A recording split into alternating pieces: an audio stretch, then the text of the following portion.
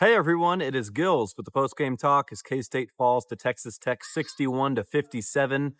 K-State didn't score a single point in the final 550 of this one. You're not going to win any games in the Big 12 when you can't put the ball through the net when it matters most. Real quick here, just a reminder, be sure to hit that subscribe button, leave a like, leave a comment. All that good stuff really helps us grow and reach more K-Staters.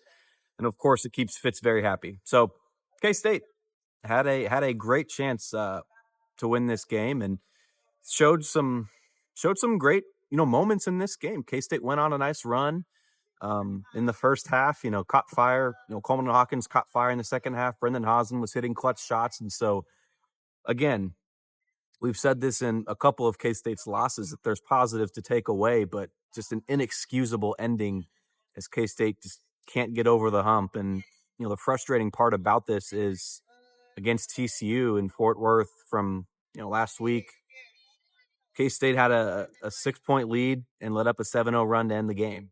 And you know what? In a vacuum, that's one thing. Flush it, move on, like Jerome Tang always says. But for this to happen, K-State clearly didn't learn from that. 5 to grind was always the motto when K-State was winning its games in overtime. And Tang said in his post-game presser that his team's just not taking 5 to grind maybe as seriously or as intensely as they need to. And if you're not familiar, 5 to grind is something they do in practice to simulate late game situations. I don't know the ins and outs of it, but obviously they need to improve their late game execution. Offensively, certainly. Defensively, K-State only gave up a couple of buckets in the final minutes. It wasn't necessarily the problem.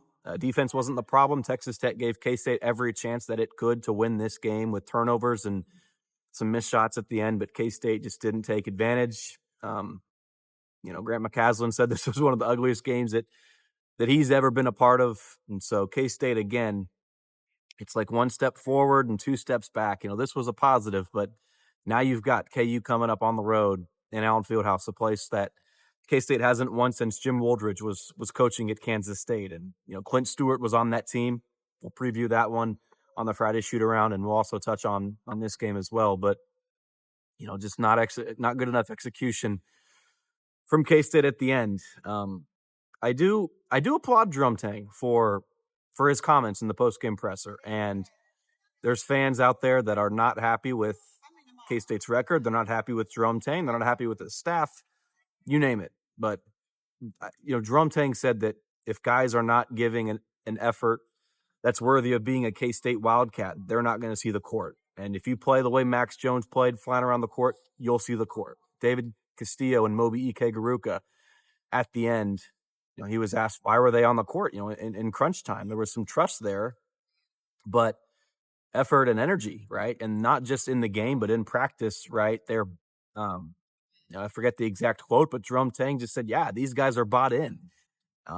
We didn't see Ugana Onyenso in this game. We didn't see Buddy Rich. Doug McDaniel was not on the floor in crunch time in this game. And so who knows the ins and outs, but I think Tang is starting to, I wouldn't say listen to the fans, but he's letting David Castillo play. To be good as a junior and senior in the Big 12, you've got to play and go through those growing pains as a freshman. And so it was, Jerome Tang is eternally just an optimistic guy, right? He is always going to keep trying, keep pushing. That is Jerome Tang, and he can't change that. Nobody can fault him for that. And so, it kind of comes across sometimes as that he's just being happy-go-lucky, whereas that's just who he is. And Fitz is going to have a daily delivery on this, so be sure to tune into that. I'll kind of step back from this conversation, but Jerome Tang was saying some really good things in that presser. Be sure to give it a watch if you haven't. But,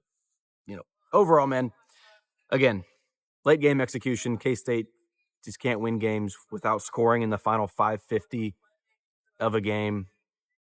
Now 1-4 in conference play, 7-9 on the year. A lot of basketball left, but it is not going to get any easier as K-State goes to Baylor. But before that, they go to Allen Fieldhouse and play maybe not Bill Self's best KU team that he's ever had, but certainly an intimidating environment to play in. So it won't be easy for K-State on this road trip. They went 0 on the last one with some winnable games, and now they've got some stiffer competition away from home. So K-State had a chance to really, I wouldn't say turn around its season because it is just one game, but when you have a chance to win at the end and you come up short and you can't hit shots, execution has just got to be better moving forward from Kansas State.